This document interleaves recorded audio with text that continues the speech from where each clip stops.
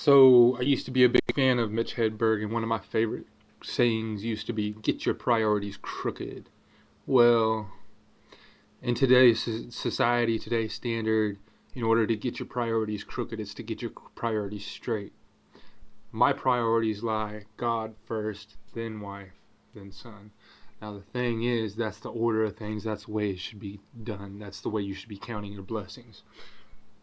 When I count my blessings, I look at my beautiful son over here. I look at my gorgeous wife. I thank God on high every day for the blessings that He's bestowed on me. But more than just my wife and my son, He's given me more blessings than that. He's given me wisdom. He's given me understanding and knowledge. He's given me that which I didn't have before, which I only thought that I had. And at the point when I started waking up to Christ is when I started receiving what I called gnosis. I used to call it gnosis, Gnostic wisdom. And that's what I started receiving. Somehow I knew it without even realizing that I knew it. So basically what ended up happening was I started receiving massive downloads of information. With said downloads of information, I would receive a vision, and with that vision, it would play out over a period of time. It's called revelation. Now, I don't know how much you study the Bible. I don't know how much you study. I've heard it. I study the Bible actively, but I've never been to college. I've never been to theology school. However, I've sat down and discussed my process of waking up with Christ with people who have gone to theology school, and they said that there's no way possible that I could have woken up to God through revelation, because the only time God brings revelation upon somebody is when there's nowhere else to learn true Christianity. There's something to be said for that.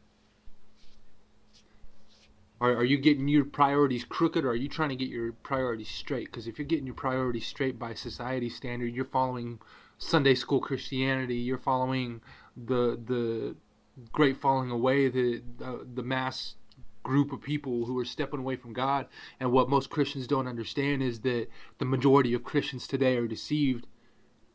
99.9% of them, I'd say.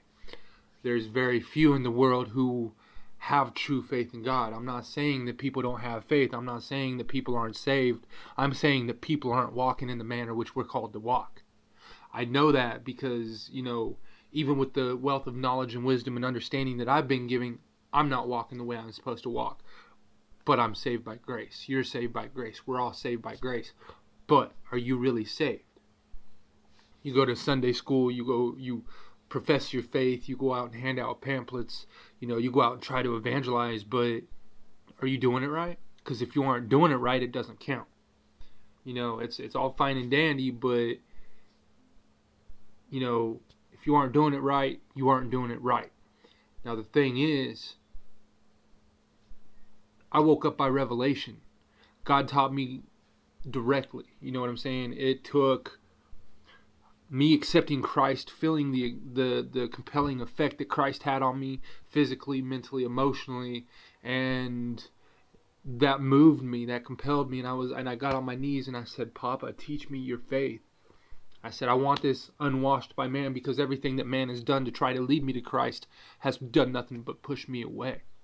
I said, "Papa, please teach me your faith." And guess what? I was of the mind that if God is all powerful and all knowing, if God is the creator of creation, He should be able to teach me Himself. So He did, because my faith dictates. I figured if I'm going to have faith in something, if I'm going to place my faith in this, I'm going to place the faith of my salvation in Jesus' hands, with faith that He's not going to let me down, and He hasn't let me down. He gets me right to the end of my rope, and right as I start feeling the rope cinch around my throat, my feet smack on the bedrock of Jesus Christ, and guess what? I have yet to fall, because I put my faith in God. So what I'm trying to say is, where's your faith at? What do you do? Okay, if you're a Christian who takes, mood stabilizers, if you're a Christian that takes antidepressants, how Christian are you, and where's your faith at? Because if you're relying on pills to give you a sound mind, that means you're not putting your faith in God for your sound mind. If it takes a certain song to bring you out of your funk, if it takes a certain person besides Jesus Christ to bring you out of your funk, you're not putting your faith in Christ or God to bring you out of your funk. You know, where's your faith at? You know, where are your priorities at? Get your priorities crooked. You know, there's a rebellion going on against God. Well, you know, I'm sitting in rebellion right now, but not against God, against the world. I'm in rebellion against the world because I'm drawn close to God, because I'm putting God first, and because I'm following His ways the way I'm meant to. You know, my priorities are about as crooked as they can get. Where are your priorities at? You know, you can't stand with the world and with God. And if you aren't standing fully with God, that means you're standing fully with the world, because you can't be divided between the two. It's not possible. It's just you can't serve two masters. You know, worldly is celebrating Easter and Christmas. Worldly is following traditions of man. Worldly is going to Sunday school, professing faith, going out and handing out pamphlets, and then going home and doing what you do otherwise. You know, worldly is not staying in prayer. It's not keeping up your meditation. It's not studying the Word. It's not putting full faith in God, knowing that God has it, rather than putting faith in God's hands, thinking that He has it. I put my faith in God knowing that He has it. And you know what? The walk that I'm on, the journey that I'm on, is in God's name, the God of Abraham, Isaac, and Jacob, through Jesus Christ, our God, our King and Messiah. Now, what I'm saying is, you sit back and watch what happens, because, you know, the tides there are changing. There's about to be a prosperity upon the house of David, and that's going to be prosperity for all of God's children.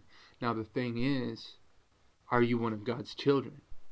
You know, God blesses His people with wisdom first, and then, you know, monetarily. Now, what I want to know is, can you tell me some wisdom? Don't tell me to go look in the Bible, and don't quote me scriptures. I mean, tell me some wisdom. For real.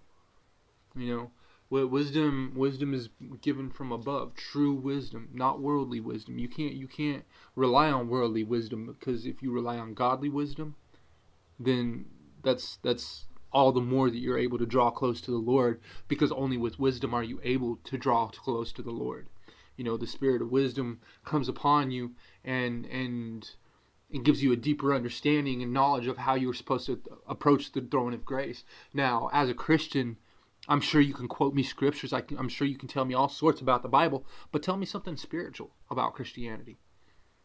You know, Christianity can be summed up in integrity, humility, discipline, and patience. Now, when I'm not in prayer, I'm meditating over those 4 words, because as a thought enters into my head, if it doesn't align with integrity, humility, discipline, or patience, I pray to God and I ask Him to remove that thought, and I stay in prayer quite often throughout the day. I'd say about 75-85% of the time in the day, I'm in prayer.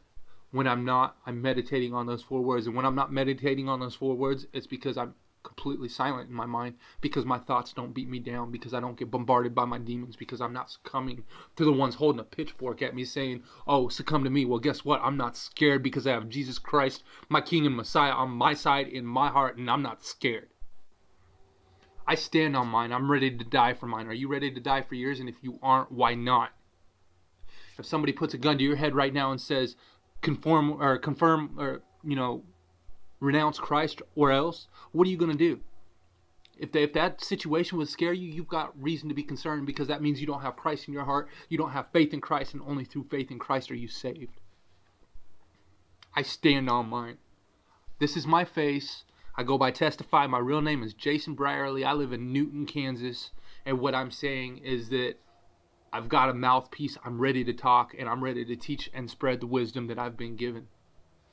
Now, the thing is, are your priorities crooked? Because I got mine crooked. I'm in full-on rebellion against the world, and what I'm saying is that I stand with God through Christ.